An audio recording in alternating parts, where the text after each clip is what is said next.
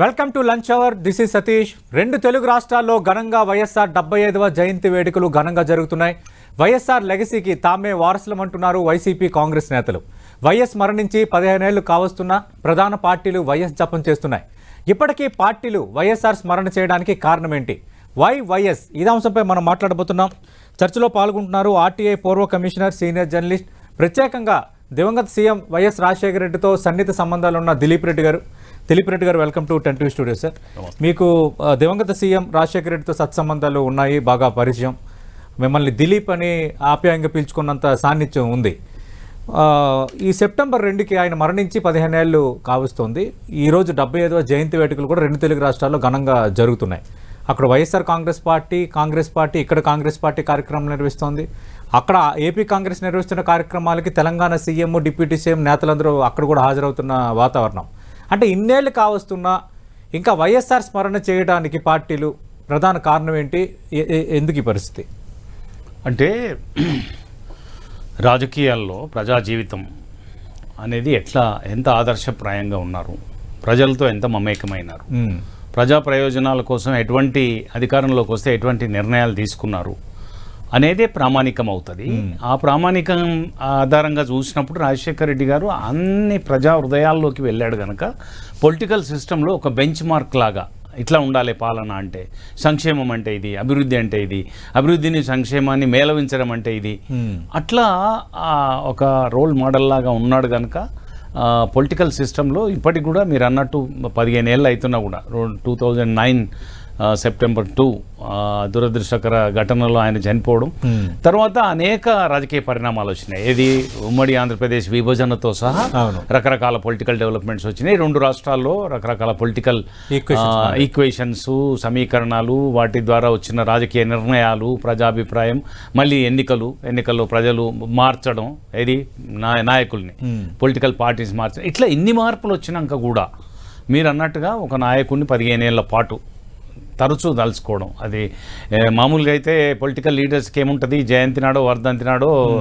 వాళ్ళ పార్టీ ఆఫీస్కి వెళ్ళి దండేయడం, లేదు కూడళ్ళల్లో ఎక్కడన్నా విగ్రహం ఉంటే దండేయడం, మర్చిపోవడం ఉంటుంది. కానీ తరచూ స్మరణకు వచ్చే పరిస్థితి ఎందుకు అని అడిగినప్పుడు ప్రజా జీవితంలో ఉండి ప్రజా జీవితం ఎట్లా ఉండాలి ఒక నాయకుడు అనే రోల్ మోడల్గా ఉండి ఒక బెంచ్ మార్క్ ఏర్పాటు చేయడం వల్ల ఆయనకు ఆ క్రెడిట్ వచ్చిందని నేను అనుకుంటాను. అంటే మీరు చూసిన వైఎస్ అంటే ఏం చెప్తారు? అంటే రాజశేఖర్, ఇప్పుడు మీరు మనం తిమ్మరుసు కృష్ణదేవరాయలకు సంబంధించి ఒక కథ చెప్తారు. ఓకే, అది వాళ్ళకే జరిగిందా లేకుంటే ఇంకెవరైనా మేధావి అది సృజన చేసి వాళ్ళిద్దరికైతే బాగా అతుకుతుందని చెప్పారో తెలియదు. కానీ ఒక గీతను ముట్టుకోకుండా చిన్నగా చేయమని కృష్ణదేవరాయలు అడుగుతాడు. చాలామంది విఫలమవుతారు. కానీ తిమ్మరుసు మాత్రం ఒక చాక్ పీస్ లాంటిది తీసుకొని దాని పక్కకు పొడవాటి గీత గీస్తాడు, ముట్టుకోకుండానే ఆ గీతను చిన్నగా చేయడం. ఇప్పుడు వస్తున్న రాజకీయ నాయకులు రివర్స్ అన్నమాట. రాజశేఖర రెడ్డి ఒక గీత అయితే ఆ గీత పక్కకు ఎవరు ఎంత గీసినా చిన్న చిన్న గీతలు గీస్తున్నారు. దానివల్ల అదొక పెద్ద గీతలాగా కనబడుతుంది. రాజశేఖర రెడ్డి అనేది ఒక పెద్ద గీతలాగా కనబడుతుంది. ఎందుకంటే ఆయన ప్రజాక్షేత్రాన్ని 25 సంవత్సరాలు ఆయనకు రాజకీయంగా వచ్చిన అవకాశాలు కానీ పరిస్థితులు కానీ సవాళ్ళు కానీ అట్లాగే ఉండే. 1978 నుంచి మొదలు పెడితే 2004 వరకు ఆయన ఏ అధికార హోదా, అప్పట్లో 78లో అంజయ్య క్యాబినెట్లో మంత్రిగా ఉన్నా కూడా ఫర్ ఏ షార్ట్ వైల్ అధికార హోదా కాకుండా ప్రతిపక్షంలో ఉండి ప్రభుత్వాలని, స్వపక్షంలో ప్రభుత్వాలకు కూడా ఒక అసమ్మతి నాయకునిగా ఉండి ఎప్పటికప్పుడు ప్రజాక్షేత్రాన్ని అధ్యయనం చేసి వాళ్ళ వైపు నుంచి వకాల్తా పుచ్చుకోవడం వల్ల ఈ 25 ఏళ్ల రాజకీయ జీవితం నెరిపి తను ముఖ్యమంత్రి అయినాక మీరు అన్నట్టుగా 1996, 97 నుంచి ఐఎమ్ క్లోజ్లీ వాచింగ్ హిమ్. 89 నేను ప్రొఫెషన్లోకి వచ్చిన 96లో నాకు పరిచయం చేశారు.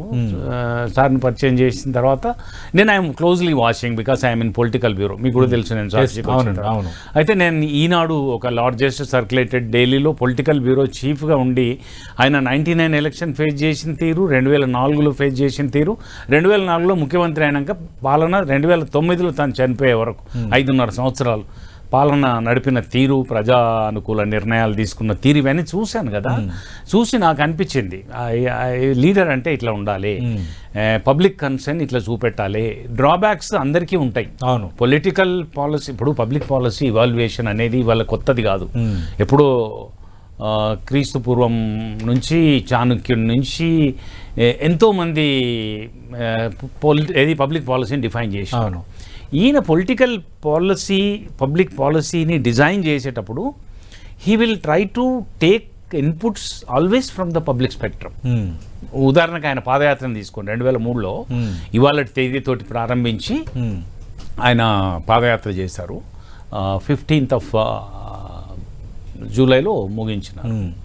అట్లా పాదయాత్ర చేసినప్పుడు మీరు గమనిస్తే ఆ ప్రజాక్షేత్రంలో వచ్చిన ఇన్పుట్స్ని ఆయన పబ్లిక్ పాలసీ డిసైడ్ చేసేటప్పుడు వాడుకోవడం, దాన్ని ఒక ల్యాబొరేటరీగా సీరియస్గా కనుక అవి అన్ని all his programmes either welfare programme or development programme touched the hearts of people.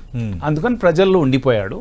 రాజకీయ నాయకులు రేపు రెండు మాట్లాడినా కూడా రాజశేఖర్ రెడ్డి లాగా చేస్తాం. ఇప్పుడు మీరు అన్నట్టే legacy claim again by the Congress and like YSRCP, like షర్మిలమ్మ మళ్ళీ కాంగ్రెస్లోకి వచ్చారు. అంతకుముందు ఓ పార్టీ స్థాపించినారు. వీళ్ళిద్దరు సంతానం రాజశేఖర రెడ్డి గారికి, బిడ్డ కొడుకు.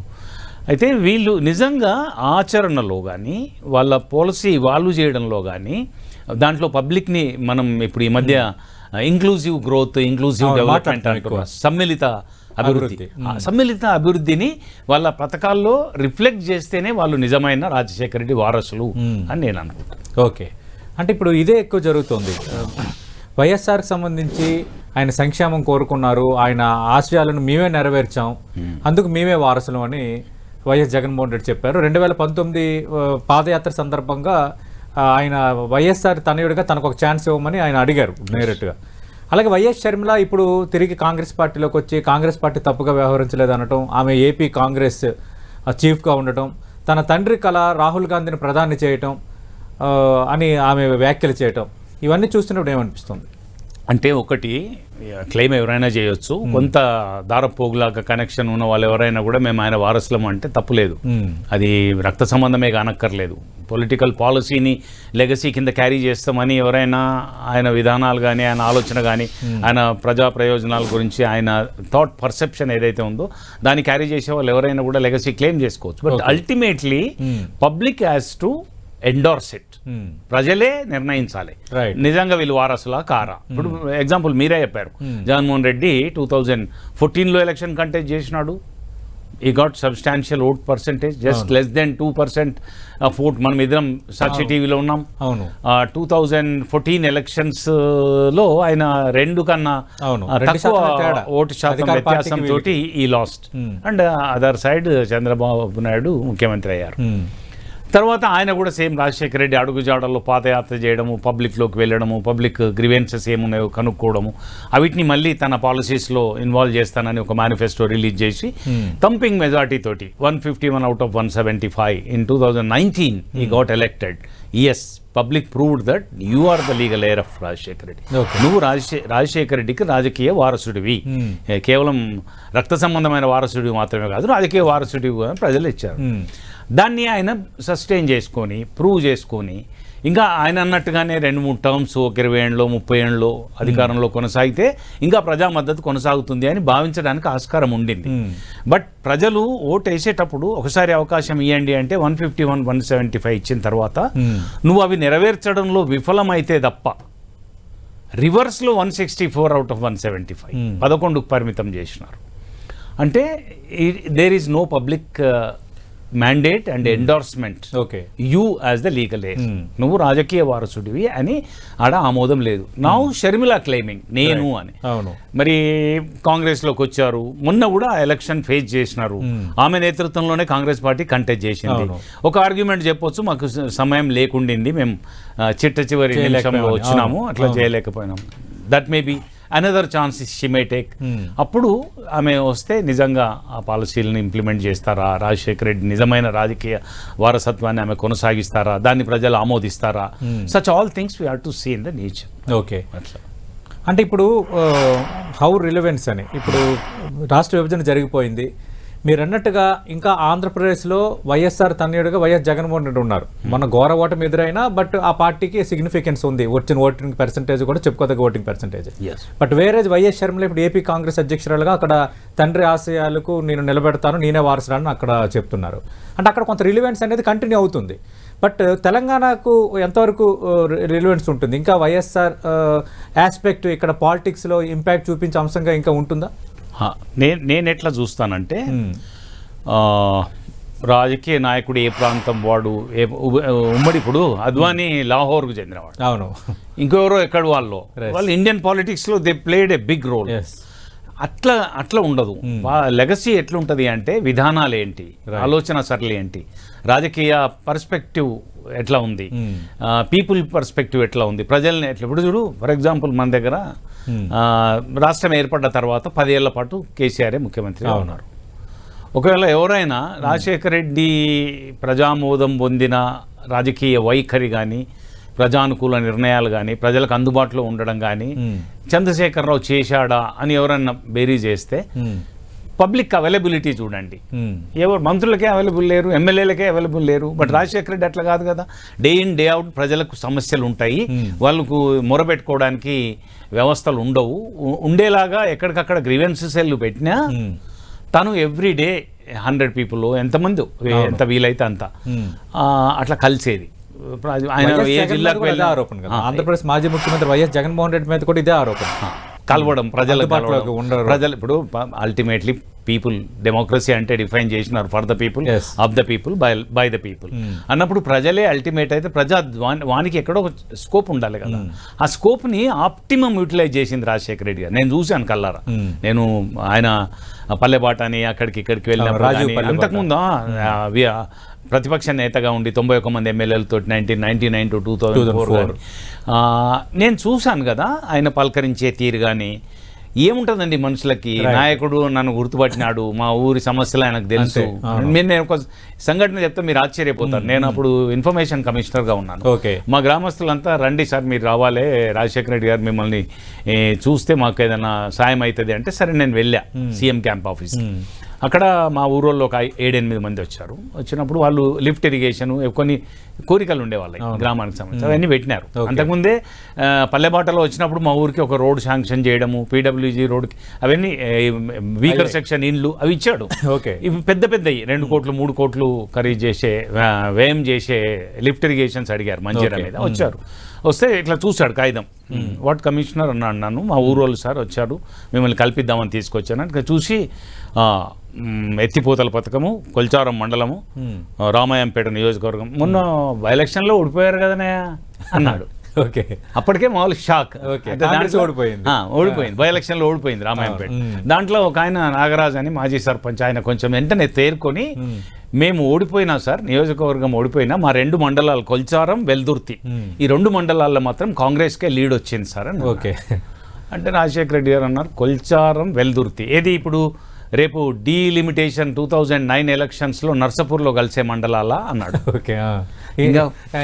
ఇక పూర్తిగా ఫ్లాట్ అయిపోయినారు వాళ్ళు. తర్వాత సాయంత్రం ఎప్పుడో నేను కమిషన్ ఆఫీస్ అయిపోయి ఇంటికి వచ్చినప్పుడు మా ఇంటికి వచ్చినారు 8 మంది వచ్చి, అట్లెట్లా గుర్తుంటుంది ఒక ముఖ్యమంత్రికి 294 నియోజకవర్గాలు, ఒక్కొక్క నియోజకవర్గంలో 3, 4, 5 మండలాలు, ఇన్ని మండలాలు ఉంటే పలానా 2 మండలాలు అంటే రేపు డీలిమిటేషన్లో నర్సపూర్ కాన్స్టిట్యున్సీలో కలిసే మండలాలా అని అంటే వాళ్ళు 25-30 సంవత్సరాలు రాజకీయాలను శ్వాసించినారు. ఒక ఊళ్ళోకి పోతే పేరు పెట్టి పిలవగలిగిన వాళ్ళు 2-3 నాయకులు ఉంటారు. ఈ ఇంటిమసీ విత్ పబ్లిక్ అనేది ఇవాళ కాంటెంపరీ లీడర్స్కి ఉందా చెప్పాను. లేకుండా వాళ్ళు ప్రజా సమస్యలను ఎట్లా అడ్రస్ చేస్తారు? ఇప్పుడు ఒక ఫీజు రియంబర్స్మెంట్ అనండి, ఆరోగ్యశ్రీ అనండి, లేకుంటే ఉచిత విద్యుత్ అనండి, ఇంకా చాలా చాలా చాలా schemes. I can not name out here, but many schemes touching every hut of every hut. అట్లా ఉంటే మీరు అన్నట్టు ఎందుకు గుర్తుపెట్టుకుంటారు 15 ఏళ్ల పాటు అంటే ఇందుకే గుర్తుపెట్టుకుంటారు. అంటే ఈ వెల్ఫేర్ స్కీమ్స్ మీద ఎక్కువగా ఆయనకి ఈ ఫోకస్ ఉండడానికి కారణం ఏంటి? ఎందుకంటే వెల్ఫేరు డెవలప్మెంట్ 2 సమపాలలో వెళ్ళాలనేది ఒకటి, బట్ రాజశేఖర టైంలో అది కొంత వెళ్ళిందనేది ఉంది. కానీ ఎక్కువగా ఈ వెల్ఫేర్ స్కీమ్స్ బాగా హైలైట్ అయ్యాయి.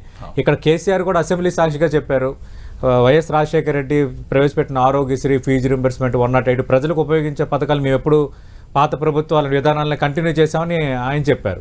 అక్కడ కూడా మనం తెలుగుదేశం పార్టీ అధికారంలోకి వచ్చింది 2014లో, వాళ్ళు కంటిన్యూ చేశారు. 2019లో ఆయన తనయుడు ముఖ్యమంత్రి కాబట్టి ఆ ఆస్పెక్ట్ కొంత కంటిన్యూ అయింది. ఇప్పుడు కూడా అక్కడ కంటిన్యూ అవుతున్నాయి ఆ పథకాలు. నేను 1-2 ఎగ్జాంపుల్స్తో చెప్తాను. సంక్షేమము అభివృద్ధి రెండు ప్రభుత్వాల బాధ్యత. సంక్షేమ పథకాలని గొప్పతనం కింద చెప్పుకోవద్దు. రాజశేఖర రెడ్డి అట్లా చెప్పలేదు. ఎందుకు చెప్పలేదంటే ఒక సొసైటీలో ఎకనామిక్ డిస్పారిటీస్ భయంకరంగా ఉన్నప్పుడు, అంటే మన రాజ్యాంగం కూడా మీరు డైరెక్టివ్ ప్రిన్సిపల్స్లోకి పోతే సంపద ఒక దగ్గర పోగుపడడం, పేదరికం ఒక దగ్గర పోగుపడడం చేయకూడదు. ప్రభుత్వాలు వాటిని ఆ పరిస్థితి రానియకుండా బ్యాలెన్స్ చేయాలని చెప్తుంది. కానీ ఇవాళ చూడండి, ఆక్స్ఫామ్ రిపోర్ట్ చూస్తే 72% సంపద 3% పాపులేషన్ చేతిలో ఉన్నది. అడుగున ఉన్న 50% పాపులేషన్ దగ్గర 3% సంపద మాత్రమే ఉంది, జాతీయ సంపద. 50% పాపులేషన్ దగ్గర. కానీ 3% పాపులేషన్ దగ్గర 72% సంపద ఉంది. ఇది ఇన్బ్యాలెన్స్. ఇట్లా ఉన్నప్పుడు సంక్షేమ పథకాలు అనేవి ప్రభుత్వాల యొక్క బాధ్యత. ఇది ప్రజల హక్కు. అంతే తప్ప రాజకీయ నాయకుల దయాదాక్షిణ్యం కాదు. ఇవాళ ఏం చేస్తున్నారంటే, మేము 6 స్కీమ్లు ఇస్తున్నాం, సూపర్ 6 అంట, 6 గ్యారంటీలు అంట, 6 గ్యారంటీలలో 11 హామీలు అంట. నేను తప్పు పడతలేను. అవి need. You are attending the people and their needs. ఈ ఇన్బ్యాలెన్స్ సొసైటీ ఉన్నప్పుడు, ఆర్థిక అసమానతలు ఉన్నప్పుడు ఈ సంక్షేమ పథకాలు వాళ్ళ హక్కు. At the same time tax payers ఉన్నారు, వాళ్ళ ఇంట్రెస్ట్ కూడా ప్రొటెక్ట్ చేయాలి కదా. ఇప్పుడు నిరుద్యోగం ఉంది, ప్రభుత్వం నేను పీపుల్స్ పల్స్ తరఫున అట్టడుగు వరకు వెళ్ళిన ప్రజలకి. కానీ ఎక్కడ మాకు ప్రభుత్వ ఉద్యోగమే కావాలని ఎవరు అనట్లేదు. ఏదో ఒక ప్రైవేట్, ఒక కంపెనీ, ఒక ఇండస్ట్రీ, ఒక ఉపాధి, మేము లైవ్లీహుడ్ దొరికేటట్టు చూడండి అంటున్నారు. అవి చూడకుండా, ఒక్క రోడ్ను కూడా ముట్టుకోకుండా, ఇది 5 ఏళ్ల పాటు మరి ప్రజలు తిరస్కరించారా అండి? తిరస్కరిస్తారు. ఇప్పుడు రాజశేఖర రెడ్డి అభివృద్ధిని ఎప్పుడు నెగ్లెక్ట్ చేయలే. మీరు జలయజ్ఞం చూడండి, ఇండియాలో ఏ స్టేట్ అంతా టేకప్ చేయలేదు. అన్ని 1,00,000 పైన కోట్ల రూపాయలు పెట్టి అన్ని ప్రాజెక్టులను తీసుకురావడం డెవలప్మెంట్ కాకుండా ఇంకేమవుతుంది? డెవలప్మెంట్ అయినా వెల్ఫేర్ అయినా జాగ్రత్తగా తీసుకెళ్ళాలి, బ్యాలెన్స్ చేయాలి, ఎకానమీని కూడా చూసుకోవాలి, ఫినాన్షియల్ డిసిప్లిన్ ఉండాలి. అప్పులు తీసుకొస్తే అసెట్స్ క్రియేట్ చేయాలి. అట్లా అది లేకపోవడం వల్ల ఇబ్బంది వస్తుంది. అయినా రెండిటికి సమదృష్టి అనేది ఉండే. అంటే రాజశేఖర్ రెడ్డి ఈ డబ్బులు పంచడం అనేది ఎక్కువగా లేదు ఆయన హయాంలో. ఇప్పుడు ఆరోగ్యశ్రీ అంటే ఉచిత వైద్యం, ఫీజు రింబర్స్మెంట్ అంటే వాళ్ళు కొంత చేయూతనివ్వటం, 108 అంటే వెంటనే రెస్పాండ్ అయ్యి ఆ మెకానిజం. ఆ తర్వాత వైఎస్ఆర్ లెగసీతో వచ్చిన వైఎస్ఆర్ కాంగ్రెస్ పార్టీ కానీ మిగతా పథకాలు కానీ ఈ డబ్బులు ఇచ్చే కార్యక్రమాలని ఎక్కువగా గమనంలోకి తెస్తున్నాయి. వాటినే ఒక ఓటు బ్యాంక్ గా భావిస్తున్నాయి. ఎగ్జాక్ట్లీ. ఇప్పుడు మీరు టీడీపీ మేనిఫెస్టో చూడండి, కూటమి మేనిఫెస్టో, 3 పార్టీలు కలిసి ఇవాళ వాళ్ళు 164 out of 175 వచ్చినాయి. వాళ్ళ మేనిఫెస్టోని కనుక మీరు జాగ్రత్తగా స్కాన్ చేస్తే nothing but A welfare statement. అన్ని వెల్ఫేరే అండి. ఇప్పుడు చేయమనండి. నేను ఎందుకు అంటున్నానంటే, మీరు చేసింది కరెక్టే కావచ్చు, కానీ వెనుక ఎకానమీ కూడా చూసుకోవాలి కదా. మీకు ఫినాన్షియల్ సపోర్ట్ ఉన్నప్పుడు నేను ఒకటే పాయింట్ చెప్తానండి. వాళ్ళ మేనిఫెస్టో నేను నిన్న ఫ్రెష్గా చూశాను. చూస్తే బీసీల కంట, ఎస్సీ ఎస్టీల కంట, మైనారిటీల కంట 50 సంవత్సరాల నుంచే నెలకు 4,000 రూపాయల పెన్షన్ ఇస్తారట. Calculate how much it will be financial burden. 50 ఏళ్లకు పెన్షన్ ఇవ్వడం ఏంటండి? 46, 47, 48 ఏళ్లకు ఉద్యోగాల ఎంట్రీ రిలాక్సేషన్ ఇస్తూ 38 ఏళ్ల నుంచి ఎక్కడికి వెళ్ళినారు? 48. కొన్ని ఇప్పుడు ఫిజికల్ హ్యాండిక్యాప్డో, ఎస్సీనో, ఎస్టీనో, ఇంకెవరకు అయితే 48 ఏళ్ల దాకా ఉద్యోగ నియామకాలకి ఏజ్ రిలాక్సేషన్ ఉంది. 48 ఏళ్లకు ఉద్యోగం ఇస్తావు, 50 ఏళ్లకు పెన్షన్ ఇస్తావా? ఇంకా తెలంగాణలో పెన్షన్ కూడా స్టార్ట్ కాలేదు. నేను అనేది వెల్ఫేర్ స్కీము, డెవలప్మెంట్ స్కీము. ఇంకొక, ఇప్పుడు మీరు అన్నారు రాజశేఖర రెడ్డి గారు అట్లా విచ్చలవిడిగా డబ్బు వంచితే లాటిన్ అమెరికన్ కంట్రీస్లో కానీ, నార్త్ ఈస్ట్, మన south east countries of Asia like Philippines కానీ చాలా దేశాలు దుర్మార్గంగా అట్టడుకు పడిపోయాయి. నగదు వంచితే ఎకానమీ ఉండదు, దివాలా తీస్తాయి దేశాలు. ఆకలితోటి అలమటించే పరిస్థితి వచ్చింది ఆ రాష్ట్రాల్లో. నగదు జేబుల్లో 10,000 పెడతా అంటే ఓటేయలేరు కదా, ఏం లాభము? అట్లా డబ్బు వంచడం అని కదా. రాజశేఖర రెడ్డి 2009లో ఎలక్షన్ ఏపీ ఇప్పుడు కళ్ళెదుట ఒక కేస్ స్టడీ, నేను రాజశేఖర రెడ్డి మళ్ళీ అగైన్ ఎగ్జాంపుల్ టు టేక్. 2005 నుంచి 2004 నుంచి 9 దాకా సీఎం కదా. అవును. 2009లో ప్రచారానికి పోతే నేను ఒక్కనే బాధ్యత తీసుకుంటాను అని అన్నాడా? కాంగ్రెస్ వాళ్ళు కూడా ఏమన్నారు? ఓడినా గెలిచినా ఆయనే బాధ్యుడు అన్నారా? ఆయన 2 ఒకటి 2 hours సప్లై పెంచుదాం, పవర్ 4 కిలోలు బియ్యం ఇస్తాం. This with only 2 assurances. Okay. There is no third assurance, no manifesto. But మళ్ళీ ఎలక్ట్ అయినాడు కదా. అవును, నేను అనేది విశ్వసనీయత ముఖ్యం రాజకీయాల్లో. నీ డాక్యుమెంట్ కాదు, నీ డాక్యుమెంట్లో నువ్వు ఇచ్చే హామీలు కాదు, వాటి సైజు కాదు, వాటి అమౌంట్ కాదు, క్రెడిబిలిటీ ఈజ్ ఇంపార్టెంట్. ఒక మాట ఇస్తే ఆ మాట మీద ఎంత నిలబడ్డారు అనే దాన్ని బట్టే రాజకీయం ఉంటుంది. రాజశేఖర రెడ్డి నుంచి కూడా నేర్చుకోవాల్సింది చాలా ఉంటుంది కాంటెంపరీ లీడర్స్. ఓకే, అంటే ఇప్పుడు ఈ పార్టీలు ఆయన కోసం మాట్లాడుతుండడం కానీ, అంటే ఆయన నుంచి ఏ ఆస్పెక్ట్స్ని ఇప్పుడు వాళ్ళు ఫాలో అవ్వాలి? నేను అనుకుంటాను అపారమైన ప్రజాభిమానాన్ని రాజశేఖర రెడ్డి ఎంజాయ్ చేసినాడు, ఇర్రెస్పెక్టివ్ ఆఫ్ రీజన్. ఏ ప్రాంతం అని కాకుండా అన్ని ప్రాంతాల నుంచి ప్రజలను ఎంజాయ్ చేసిందంటే ఏదో పొలిటికల్ మతలబు గమ్మత్తు రాజశేఖర రెడ్డిలో ఉండి ఉంటుంది. అందుకే ప్రజలు అట్లా పొలవమని పోయినారు. మేము కూడా రాజశేఖర రెడ్డి లాగా ఆలోచిస్తాం, రాజశేఖర రెడ్డి లాగా పథకాలు తీసుకొస్తాం, రాజశేఖర రెడ్డి లాగా మేము అభివృద్ధిని సంక్షేమాన్ని సమన్వయం చేస్తాం అని అంటే ఎంతో కొంత ప్రజలు మా వైపు మొగ్గుతారేమో అన్న ఆశాభావంతో మీరు అన్నట్టు వారసత్వాన్ని నాన్ కాంగ్రెస్ పార్టీ వాళ్ళు కూడా క్లెయిమ్ చేస్తారు. రాహుల్ గాంధీ కూడా లేటెస్ట్ గా ఒక వీడియో రిలీజ్ చేశారు. భారత్ జోడో యాత్ర అంటూ నేను పాదయాత్ర చేయడానికి వైఎస్ రాజశేఖర రెడ్డి పాదయాత్ర నాకు ఇన్స్పిరేషన్ అని. అవును, అయితే కాంగ్రెస్ పార్టీ కూడా రాజశేఖర రెడ్డి చేసిన కంట్రిబ్యూషన్, ఎందుకంటే 2004లో కానీ 2009లో కానీ గుడ్ నంబర్ ఆఫ్ సీట్స్ ఉమ్మడి ఆంధ్రప్రదేశ్ నుంచి ఇవ్వడం వల్లనే కాంగ్రెస్ నేతృత్వంలో యూపీఏ ప్రభుత్వం నిలబడ్డదనేది దేశవ్యాప్తంగా తెలుసు అందరికీ. అయితే వాళ్ళు కూడా రాజశేఖర రెడ్డికి ఏం తక్కువ చేయలేదు కాంగ్రెస్ పార్టీ. ఆయన పేరు మీద ఒక జిల్లా పెట్టింది. ఇవాళ ఎన్టీ రామారావు పేరు మీద వచ్చింది, కానీ అంతకుముందు ఎప్పుడో రాజశేఖర రెడ్డి పేరు మీద వచ్చింది. రాజశేఖర రెడ్డికి వాళ్ళు తక్కువ చేసింది ఏం లేదు. అంటే ఇప్పుడు కూడా వైఎస్ఆర్ కాంగ్రెస్ పార్టీకి మేమే వారసులు అని క్లెయిమ్ చేసేటప్పుడు ప్రధానంగా కాంగ్రెస్ పార్టీ ఆయన పైన కేసులు పెట్టింది, ఆయన పైన ఎఫ్ఐఆర్ నమోదు చేసింది, ఆయన ఒక అవినీతి పరుడుగా చిత్రీకరించిందన్న వాదన ఎప్పుడు తెర ముందుకు తీసుకొస్తుంటాయి. అంటే అది పర్సనల్గా కేసులకు సంబంధించింది. దాంట్లో కొంతమంది నాయకులు, కాంగ్రెస్ వాళ్ళు ఉన్నారు, తెలుగుదేశం వాళ్ళు ఉన్నారు, రకరకాల వాళ్ళు ఉన్నారు. అది ఇష్యూ కాదు ఇక్కడ. ఒక పొలిటికల్ పార్టీగా రాజశేఖర రెడ్డిని కాంగ్రెస్ ఎంతగా ఫోల్డ్లోకి తీసుకుంది. రాజశేఖర రెడ్డి కూడా వేరే ఇతరేతర పరిస్థితులు, ఆయన ప్రతికూల పరిస్థితులు వచ్చినప్పుడు కూడా కాంగ్రెస్ పార్టీని కాదని పోయి ప్రైవేట్గా ఒక political party outfit, regional outfit పెట్టుకోవడము, భిన్నంగా ఉండడము అట్లా ఆయన ఎప్పుడు చేయలేదు. అందుకని అట్లా ఆ పరంగా చూసినప్పుడు రాజశేఖర రెడ్డి ఒక రోల్ మోడల్. అయితే దాని లెగసీ మీరు అన్నట్టు ఎవరు అంటే ఎవరైనా ఆయన విధానాలను అమలు చేయాలి, పబ్లిక్ మ్యాండేట్ ఎంజాయ్ చేయాలి, వాళ్ళ విధానాలకి పబ్లిక్ ఎండోర్స్మెంట్ కూడా ఉండాలి, ఉంటేనే లెగసీ ఉన్నట్టు లెక్క. అంటే కాంగ్రెస్ పార్టీకి భవిష్యత్తులో ఈ ఆస్పెక్ట్ ఇంకెంతవరకు ఉపయోగపడవచ్చు? అంటే వాళ్ళ విధానాలను బట్టే ఉంటుంది వాళ్ళ డాక్యుమెంట్ కానీ. ఏపీలో ఎస్పెషల్లీ నిన్న ఒక మోడల్ చూసినారు. 2014 to 19 చంద్రబాబు నాయుడు ఒక మోడల్, తర్వాత 19 నుంచి 24 వరకు జగన్మోహన్ రెడ్డి ఒక మోడల్. రెండు మోడల్స్ కూడా ఆయా సమయాల్లో విఫలమైనాయి. 14 నుంచి స్టార్ట్ అయిన చంద్రబాబు మోడల్ 19లో ఫెయిల్డ్, 19 నుంచి స్టార్ట్ అయిన జగన్మోహన్ రెడ్డి మోడల్ 24లో ఫెయిల్. ఇప్పుడు కూటమి ఏర్పడింది, 3 పార్టీలు. వాళ్ళు ఒక డాక్యుమెంట్ తీసుకొస్తే మేము దాంట్లో పార్ట్ కామని బీజేపీ వాళ్ళు చెప్పారు.